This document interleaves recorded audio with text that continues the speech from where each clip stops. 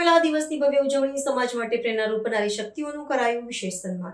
મહેસાણા સ્થિત ગુજરાત ઔદ્યોગિક વિકાસ નિગમના સભાગૃહમાં રાજ્યના મહિલા અને બાળ વિકાસ વિભાગ તથા જિલ્લા વહીવટીતંત્રના સંયુક્ત ઉપક્રમે આંતરરાષ્ટ્રીય મહિલા દિવસની ભવ્ય ઉજવણી કરવામાં આવી હતી.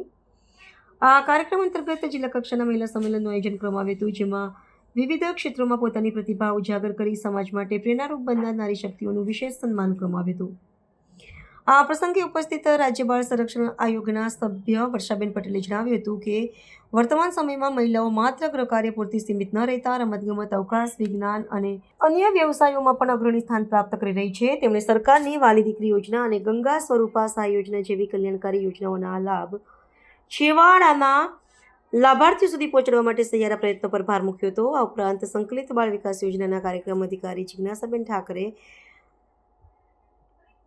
અને મહિલા બાળ અધિકારી મિતેશ ગઢવીએ વિવિધ સરકારી યોજનાઓની વિસ્તૃત માહિતી પૂરી પાડી હતી. જ્યારે દહેજ પ્રતિબંધક અધિકારી મુકેશભાઈ પટેલે ઘરેલું હિંસા અધિનિયમ અંગે કાનૂની માર્ગદર્શન પૂરું પાડ્યું હતું.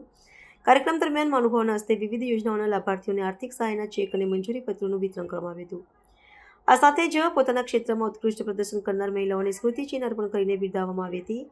આ મહિલા સશક્તિકરણ કાર્યક્રમમાં પ્રાંત અધિકારી ઉર્વી વાણંદ, પોલીસ નિરીક્ષક ડી.આર. રાવ, બાળ વિકાસ યોજના અધિકારી ચેતાલીબેન ચૌધરી અને શિક્ષણ વિભાગના અધિકારીઓ સહિત મોટી સંખ્યામાં સ્થાનિક મહિલાઓએ ઉત્સાહભેર ભાગ લીધો હતો.